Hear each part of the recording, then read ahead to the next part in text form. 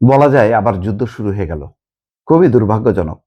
বরং আমেরিকার যে ভূমিকাটা ছিল যে নেতানিয়াহুকে বলা যে পাল্টা হামলা না করতে, কিন্তু হামলা করাতে ক্ষুব্ধ হয়েছে, এই খবর গণমাধ্যমে এসছে। তো তারপরেই সাথে সাথে নেতানিয়াহু বা ইসরায়েল ভুল বুঝতে পেরে তারা যুদ্ধের বন্ধের ঘোষণা দিছে, আর ইরানও বলছে হামলা চালাবে না। বেশ একটা স্বস্তি। কিন্তু হঠাৎ করে হরমুজ প্রণালীতে কি হলো জানি না, মার্কিন একটা হেলিকপ্টার ভূপাতিত করলো ইরান।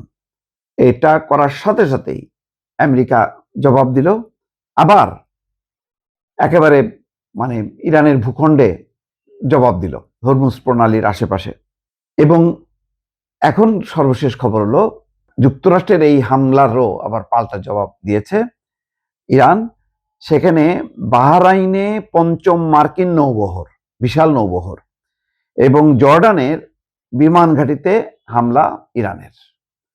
সেই খবরে বলা হচ্ছে, আইআরজিসি বলছে দেশটির দক্ষিণাঞ্চলে যুক্তরাষ্ট্রের হামলার জবাবে তারা বাহরাইনে মার্কিন পঞ্চম নৌবহর ফিফথ ফ্লিটকে লক্ষ্য করে ড্রোন হামলা চালিয়েছে। ইরানের রাষ্ট্রীয় সংবাদ মাধ্যম এই খবরের তথ্য জানিয়েছে। এছাড়া জর্ডানে মার্কিন বাহিনীর অবস্থান স্থল হিসেবে পরিচিত একটি বিমান ঘাঁটিতেও হামলা চালানোর দাবি করেছে আইআরজিসি।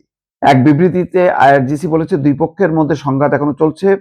একই সঙ্গে তারা হুঁশিয়ারি করে বলেছে যে যুক্তরাষ্ট্রের সামরিক আগ্রাসন অব্যাহত থাকলে আরো কঠোর জবাব দেওয়া হবে। আইআরজিসি আরো বলছে যুক্তরাষ্ট্র ইরানের দক্ষিণাঞ্চলে জাস্ক, সিরিক এবং কেশম দ্বীপের কয়েকটি স্থানে হামলা চালিয়েছে। হামলায় সিরিকের বেমানি জেলায় একটি টেলিযোগাযোগ টাওয়ার ক্ষতিগ্রস্ত এবং দুটি পানির ট্যাঙ্ক ধ্বংস হয়েছে। জর্ডানের একটি বিমান ঘাঁটিতেও দূরপাল্লার ক্ষেপণাস্ত্র হামলা চালানোর দাবি করেছে আইআরজিসি। ওই ঘাঁটিতে মার্কিন সামরিক সদস্যরা থাকেন।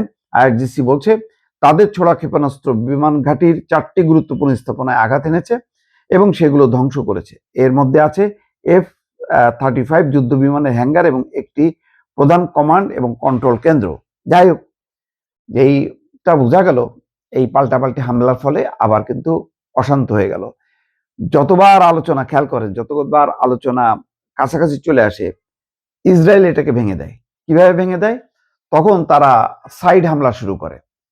মানে ইরানে হামলা করতেছে না, কিন্তু ইরানের সমর্থিত যে গোষ্ঠীগুলি আছে, হিজবুল্লাহ, হুতি, ওইদিকে তখন আক্রমণ জোরদার করে। স্বাভাবিকভাবে ইসরায়েলে যখন আক্রমণ করে আমেরিকা নড়ে চড়ে বসে, আর ওইদিকে যখন হামলা করে তখন ইরান নড়ে চড়ে বসে, কারণ তারা হচ্ছে ইরান সমর্থিত। তো বিশ্বে যদি আমেরিকার সমর্থিত ইসরায়েল থাকতে পারে, তো বিশ্বে ইরান সমর্থিত অন্য দেশ বা অন্য সশস্ত্র গোষ্ঠী থাকতে পারে। এই অবস্থায় যেটা হচ্ছে যে শান্তির আর দেখা মিলছে না। এটা কোথায় শেষ পর্যন্ত যে গড়াবে আল্লাহ মাহবুদ।